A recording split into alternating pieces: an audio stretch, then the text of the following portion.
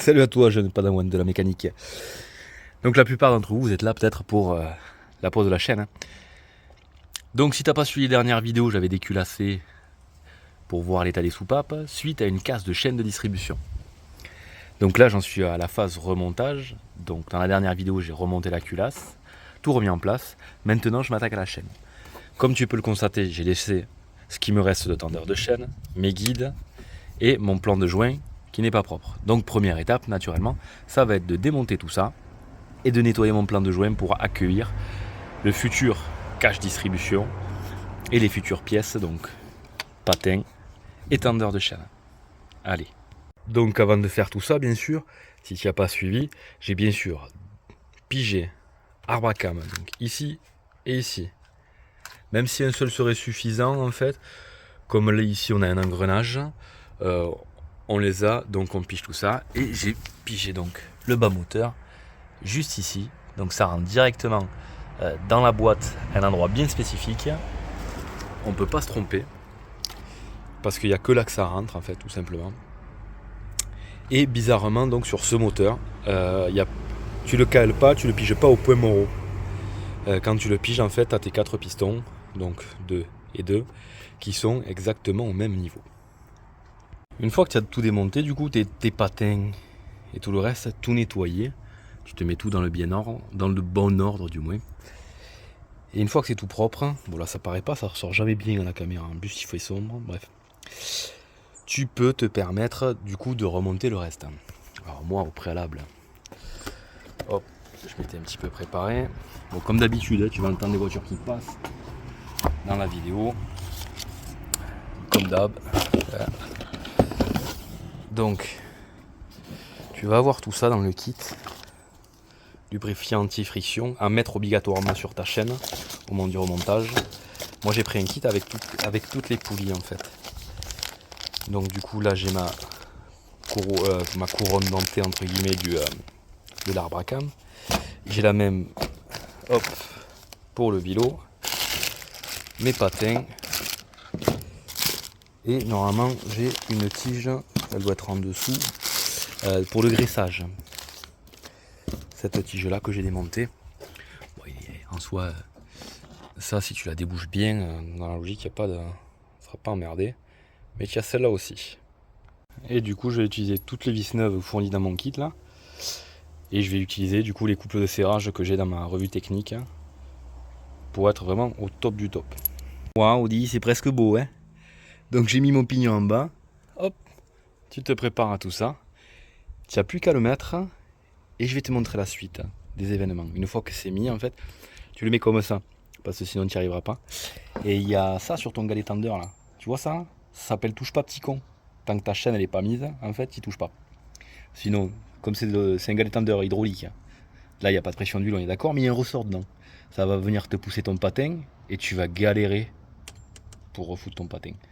Donc ça pour l'instant c'est touche pas petit con. Et tu mets ça comme ça en piste. Ça donne donc ça. Tu mets ta vis en place. Pour l'instant, rien n'est serré. Donc tu peux tourner à la main. T'en profites, tu vas tourner à la main du coup et tu vas utiliser ton produit, ton anti-friction que tu vas mettre partout autour de ta chaîne. Voilà, l'anti-friction c'est ça. On en voit un petit peu là. Et en fait, quand tu en mets, hop, t'hésites pas. Hein. Il y a des petits trous en fait au niveau de la chaîne. Tac. Donc ça va les remplir tranquillement. Hop. Et t'hésites pas. De toute façon, tu as tout un flacon, donc utilise-le. Tant pis, t'en mets plein les doigts, mais on s'en fout. L'anti-friction est bien mis, bien partout. Je pense que j'en ai mis suffisamment. Mais bon, c'est jamais assez. Tu vois en bas là, tu vérifies que ce soit bien poussé au fond là-bas. Et puis là, je pense que ça va être l'heure de sortir ça. Donc, elle est pas vissée, hein. Elle est juste avancée, tu vois, en contact. Parce que tu vas la visser après. Une fois que tu auras mis ton cache et une fois que tu auras vissé ta poulie en fait en bas. Donc là, la prochaine étape, ça va être de remettre toute la partie cache distribution avec naturellement la pompe à huile dessus et ensuite faire les serrages.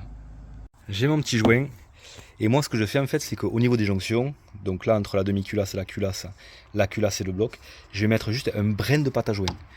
Très peu à ce niveau-là, un peu plus bas et pareil de l'autre côté, pour consolider en plus mon joint qui normalement fait déjà le taf en fait.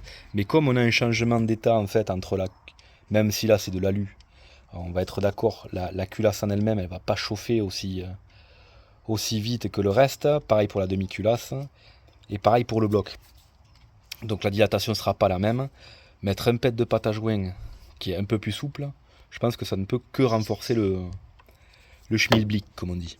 Tu peux le constater, en vrai c'est très peu ce que je mets. C'est vraiment juste à l'endroit du joint. Donc ici et pareil en dessous, c'est très peu, c'est juste histoire de... Comme je dis, il y a une différence d'état entre là et là, ça peut pas faire de mal. On voit justement sur le joint neuf, en plein milieu là, que eux-mêmes sur le joint, ils mettent une plus grosse couche de caoutchouc pour bien faire le job. Bien entendu, joint Spigello neuf. J'ai fait tout mon tour de carter. Il commence à faire nuit. Tu as compris, on verra la suite demain. Mais pour toi, ce sera tout de suite. En fait, on se retrouve plus d'une semaine plus tard. J'ai serré les deux vis là. Je te dis pas comment j'en ai chié. Merci la doc, heureusement qu'elle est là. Mais waouh. Celle-là, c'est 5 newtons plus 90 degrés. Tu te dis, je vais éclater une pige, c'est pas possible. Bon, ça tient, sans problème. Sans problème. Celle-là, j'ai vu 15 newtons, c'est énorme. J'en ai chié, vraiment j'en ai chié. Donc là, l'objectif, c'est que à la fin de cette vidéo, elle tourne, ce serait génial. On se met au travail. Une fois tout remonté, donc celle-là, c'est 15 newtons. C'est pas mal. C'est plus fort qu'une roue.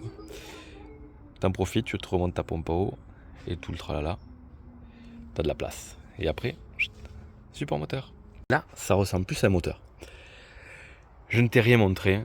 Parce qu'il n'y avait rien de spécifique en fait, c'est juste du remontage, juste t'oublies faut bien faire attention à remettre ses cosses bien partout, les cosses électriques, qu'elles soient bien cliquées partout, bien resserrer tes injecteurs, toute la partie là, remplacer tes joints d'injecteurs, c'est vraiment la seule spécificité on va dire qu'il peut y avoir sur cette partie là. Tu n'oublies rien, tu seras bien.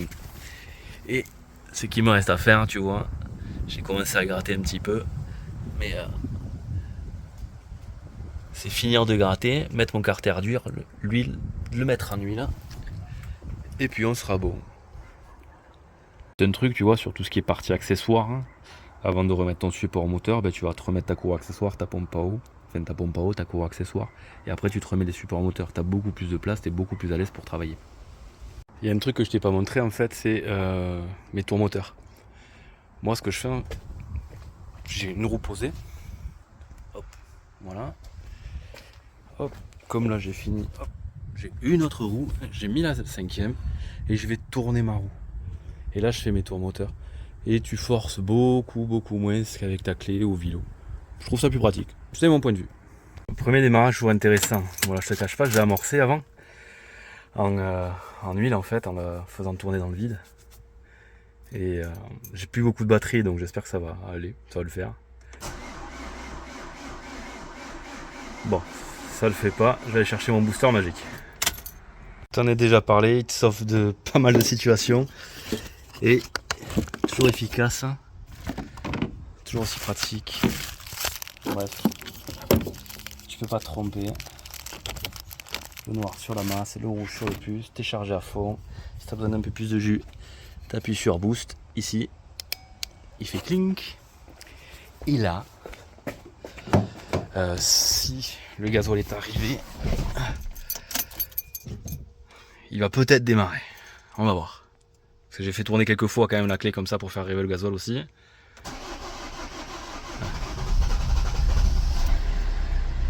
Tadam! Alors on va pas la faire tourner longtemps parce que il n'y a pas de liquide de refroidissement encore. Ça marche. Voilà. Là j'ai mon ventilo qui tourne à mort parce qu'il n'y a pas de liquide. Donc naturellement il va tourner. Je vais l'avoir en défaut. On va passer un petit coup de diagnostic une fois tout ça fait et puis on va voir tout ça. C'est à ce moment-là que je dis un grand merci à Topdon pour l'Artidiac BT800. Parce que là, vraiment, ça a tout son sens du coup. Quand tu fais du travail comme ça, à remplacer pas mal d'éléments, un petit coup de diagnostic, après tout ça, c'est vraiment, j'ai envie de te dire, obligatoire. Et là, comment te dire, Topdon m'a gentiment envoyé ça. Bon, en vrai, il n'y a pas besoin d'en parler en fait, parce que si tu connais pas, avec tout le monde qui en parle et l'efficacité que ça a, c'est que vraiment tu as raté quelque chose. C'est un bon outil de diagnostic, certes peut-être un peu cher, mais qui fait le job super bien et pour pas mal de bagnoles, quoi. Mais vraiment énormément de voitures. Donc tu as la recherche automatique bien sûr au niveau du numéro de série. Donc tu fais juste recherche automatique et ça va trouver ton numéro de série. Comme ça tu vas pouvoir rentrer directement dans tes calculateurs qui sont disponibles bien sûr, auxquels ils sont ouverts et ça va pouvoir naturellement te permettre de voir les codes défauts et les défauts associés. Et ce qui est sympa en fait, c'est que tu as de la mise à jour assez régulièrement sur tous les nouveaux véhicules. Donc franchement, je te recommande quand même pas mal ce produit, c'est pas mal. Si tu es un bon bricoleur, parce que ça vaut quand même son petit tarif, ça peut te dépatouiller de pas mal de choses quand même. Bon là elle est un peu lente, j'avoue, normalement elle n'est pas aussi lente que ça. Oui, donc j'ai donc compris en fait pourquoi ça mettait du temps, c'est que tout simplement j'avais pas enfoncé la petite prise diagnostique bien profondément. Donc des fois tu te fais chier pour rien. Bref. Donc pourquoi ça t'aide, comme je disais, cet outil diagnostic, tu regardes, défaut, j'ai 8 défauts au moteur, défaut ABS, machin, bon. Il y a des défauts, c'est normal, j'ai débranché la batterie pendant un moment. Il faut pas oublier qu'on avait la chaîne de distribution qui avait cassé dessus. Donc c'est normal que j'ai des remontées de défauts. Donc grâce à ça, je vais pouvoir les voir, les analyser, voir si les défauts sont réellement corrigés, les effacer et voir si tout est ok. Donc dans mon cas, moi ce qui m'intéresse le plus, c'est la partie moteur. Et on va voir si tout va bien. J'ai envie de te dire non, puisque j'ai des défauts. Alors, valve de commande pression rail. Basse tension, oui c'est normal, j'avais plus de batterie, donc voilà. Sonde de température d'air admission, valeur d'entrée trop élevée. Alors tu vois, en petit on voit, je sais pas, voilà. Défaut absent, ça veut dire que le défaut est venu, mais là il est plus présent. Donc ce sont entre guillemets des vieux défauts. Par contre là j'ai un défaut présent, sonde de température liquide refroidissement dans le moteur, valeur d'entrée trop élevée. Alors tu sais ce que je vais faire. En fait, ce qui est pas mal, c'est que, attends, sortir. C'est que tu peux voir en fait directement, quand tu es connecté à Internet, directement à quoi correspond le défaut. Donc je te disais, ce que je vais faire moi, ça va être très simple. En premier temps, je vais tout m'effacer. Ensuite, ce que tu peux faire, tu peux lire les enregistrements, donc voir tous les défauts qui sont déjà apparus et tout ça. Et, lire les flux de données. Donc ça veut dire que ça va te donner en temps réel l'état de tes capteurs qui sont naturellement connectés à ton calculateur. Et ça, c'est super pratique pour les recherches de panne. Du coup, c'est ce que je fais. Et là, je vois que j'ai la température du liquide de refroidissement qui est à 25 degrés. La température d'admission à 29 et la température ambiante à 19. Donc c'est un petit peu normal. Ça fait un petit moment que ça fait, on va dire 5-10 minutes que je laisse tourner mon moteur. Il n'est pas chaud. Donc du coup, mon thermostat n'est pas ouvert. Donc c'est pour ça que j'ai ce défaut qui est là. Dès que le thermostat se sera ouvert, je pense que ma température liquide de refroidissement, que je pense pas, j'en suis sûr, certain, elle sera bonne, en fait, elle sera opérationnelle. Et ensuite, tu peux voir ta tension batterie, tu vois que tu charges très peu d'ailleurs. Donc ça, c'est très bas, réellement. Pour moi, c'est très bas. Après, à savoir que du coup, j'ai mon GMV qui tourne. J'ai mon groupe motoventilateur qui tourne. Donc qu'il soit un petit peu bas, c'est un petit peu normal, mais là je le trouve quand même relativement bas. Ensuite tu peux voir donc tu peux te faire un diagramme directement.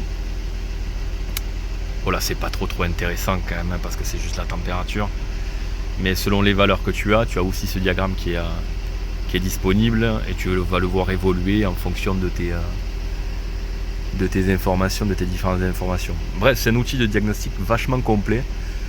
Si ça t'intéresse, je vais te mettre un petit lien en description, qui sera un lien affilié bien sûr, hein. Donc ça veut dire que je vais gagner quelques centimes, ça me permet de, pas de vivre, mais bon, voilà quoi. Je te remercie déjà de ton éventuel futur achat. Mais bref, c'est un chouette outil, super pratique. Si tu en as l'utilité, bien sûr, c'est super pratique pour tous tes diagnostics. Et, c'est vraiment au top du top, quoi. Tu peux voir énormément de flux de données. Franchement, et encore, ça, c'est un véhicule qui n'a pas énormément de calculateurs, on va dire, et pas énormément comment dire, j'allais dire de contacteurs, de capteurs. Donc, tu peux voir quasi tous les capteurs qu'il y a disponibles en fait sur ton calculateur, quoi. Tu le choisis là, comme j'ai fait du coup. Et puis tu vois ce que je t'ai montré juste avant. Bref, on va arrêter là. J'ai assez parlé. La vidéo va être assez longue. Si ça t'a plu, n'hésite pas à liker, partager. Et puis voilà, je te fais des bisous. Je te dis à la prochaine. Pas avec celle-là, parce que celle-là, elle est finie. Il me reste 3 conneries à faire, mais c'est bon. Mais on reparlera du coup de mon petit RAV4. Et ça va être sympa. Allez, je te fais des bisous. Je te dis à la prochaine. Ciao.